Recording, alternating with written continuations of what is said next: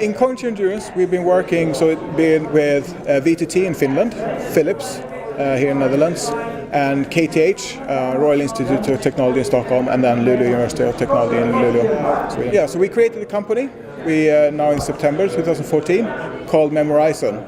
And in this company, we plan on marketing this product. We are also working on a patent related to this memory lane application.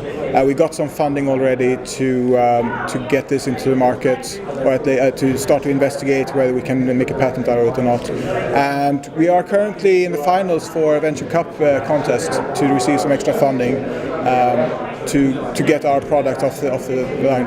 And in 2015 we'll also receive support from the business community within health and well-being, the EIT ICT Labs community. We basically have two different business models for our application. So the Be Well application, we are targeting individuals primarily, and we were marketing at the app stores. We also have talks with a company called Narrative in Stockholm, where we want to bundle our application together with their camera that they have for life logging purposes, and to make a health and well-being application with them. For the memory lane application, since we are targeting people with a diagnosis, we would like to go towards municipalities, care institutions, etc. For marketing this, and we do believe, we already have a lot of interest from municipalities in Sweden, and we believe that this is an application that will be quite valuable in Europe. And I even showed this in an expo in Singapore, and got interest from Singapore and from Bangladesh who want to distribute our application, because they have a different care model there where people, they have to take care of their parents. They don't have the social support, so the governmental support for that. So having that type of application is quite valuable for them. So we do already have international interest for this kind of application. So the memory lane application was actually tested with 10 people with dementia for 3 months. And from that we've learned a lot of things. They were very positive about this application. We got some good response. They said they felt more energetic.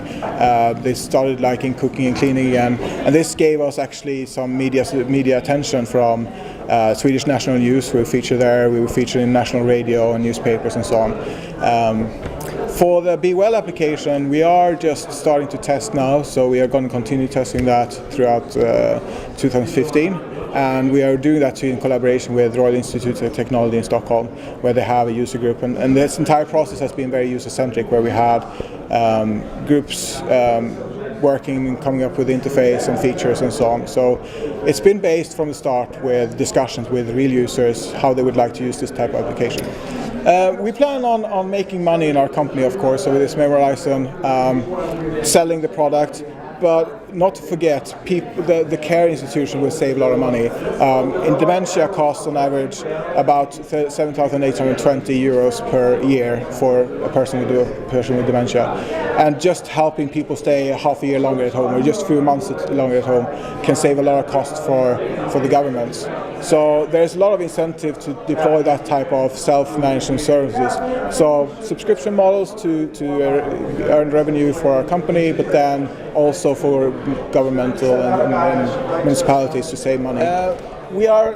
Since we are based in Sweden, we're quite familiar with the Swedish market, and we'll start there. But with our patent application, we're actually intending to start in the US, because we get support from our university for the first patent application, and we thought it was a good idea to start in the US because of the way they they're more used to paying for their own care solutions, and it's a bigger market than Sweden.